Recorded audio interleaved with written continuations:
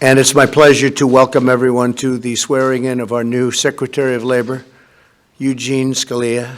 Gene is joined by many members of his family, which is a large family, including his mother, Maureen, who's been my friend for a long time, even before I knew you, right? His mother is an incredible woman, and his wife, Patricia.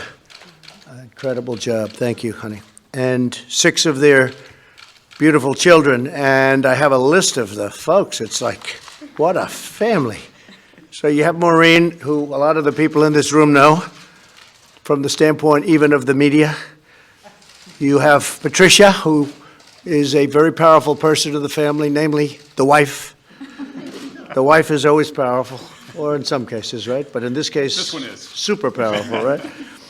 Antonin Scalia's son, Antonin.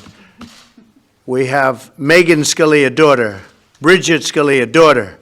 Luke Scalia, son. Aaron Scalia, daughter. Isabella Scalia, daughter. That's pretty impressive. John Scalia, brother. Catherine Courtney, sister. Mary Claire Murray, sister. Reverend Paul Scalia, who many of the folks know in the room, most powerful man by far in the room. Reverend Paul Scalia, brother. Christopher Scalia, brother. Margaret Scalia Bryce, sister. Christy S. Larson. Oh, wow. Father-in-law. Susan Larson, mother-in-law. That's powerful. That's powerful stuff. That's a great family. And as you know, this was just happened, confirmed as the 28th Secretary of Labor on September 26th by a very substantial vote in current politics. Some people would say, gee, that was close. 53 to 44. I call that a landslide. In this administration, I call it a landslide. Eugene Scalia is one of the most qualified people ever confirmed as Secretary of Labor. He will use his skills as he has over the years, and he's built an extremely distinguished career to fight and win for the American workforce. He's a tremendous lawyer, a tremendous talent, one of the best anywhere in our country. He earned a bachelor's degree from University of Virginia and went on to the University of Chicago Law School, where he was editor-in-chief of the Law Review. From 2002 to 2003, Gene served as the top legal officer at the Department of Labor, so he's very familiar with the environs. He earned a reputation as a brilliant and unbiased defender of rights and protections of the American people. After his time in government service, Gene moved to the private sector, where he really became a tremendous force and very successful. He fought in some of the highest courts of our land and worked to overturn bureaucratic overreach and unfair job-killing regulations. That sounds very familiar. That's going to be good in this administration. As he returns to the Department of Labor, Gene will use his wealth of experience to continue our bold regulatory reduction campaign. Most importantly, he will always put American workers first. I know that very well. That's what he's done his whole life. And your father's looking down right now. Your husband's looking down right now, and proud as can be. You know that. You understand that. He's looking down, and he is beaming. And I knew him well enough to know that he was a beamer when he was proud, right? Yes. So, Gene, I'm confident that your sharp legal mind, firmness of character, devotion to justice, love for this country, and commitment to its people will make you an outstanding Secretary of Labor. I want you to be the best. Can we say the best of all time? I'll ask you maybe later who was the best so far, but you're going to top. Congratulations to you and to your wonderful family.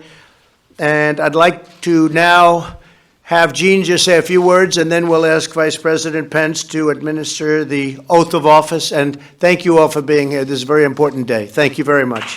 Thank you.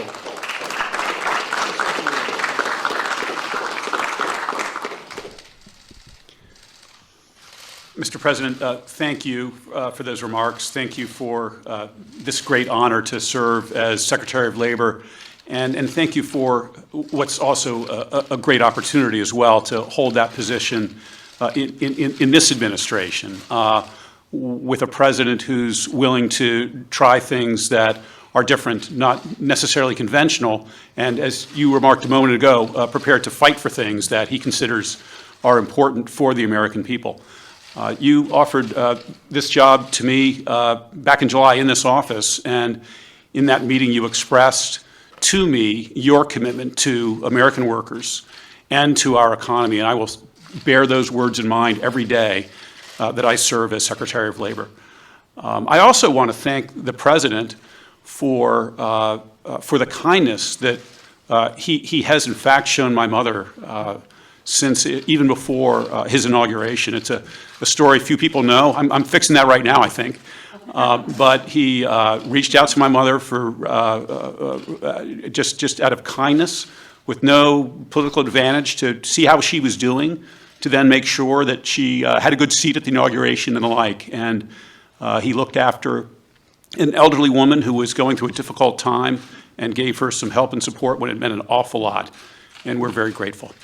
I do want to thank my mother as well, my father, who we do like to think is looking down and watching with some pride. And of course, I want to thank my wife, Trish, for all the support that she has given me, both in recent weeks, but throughout our marriage, and my brothers and sisters, too. Mr. President, I'm sorry that the group might strike you as small. There were 3 who couldn't make it, but they're here in spirit, too. So again, I want to thank the President and the Vice President for what is a great honor, but more importantly to me, it's an opportunity to further the mission of the Department of Labor, to implement this President's agenda, and to paraphrase the Constitution, to take care that our laws are faithfully executed. So. Thank you very much. Congratulations. Fantastic.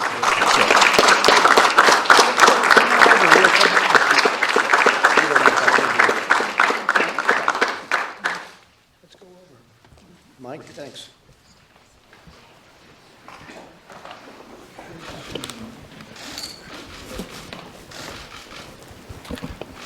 Place your left hand on the Bible, raise your right hand, and repeat after me.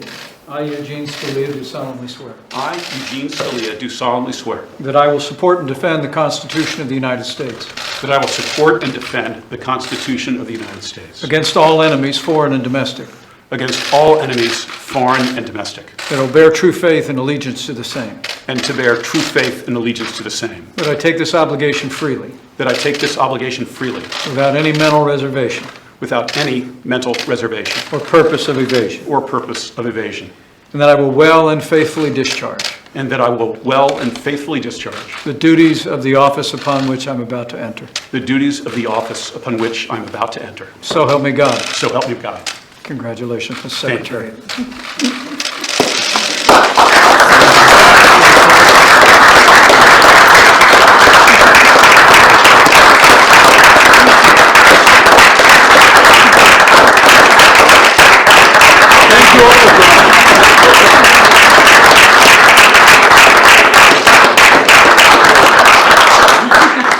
Thank you very much, everybody.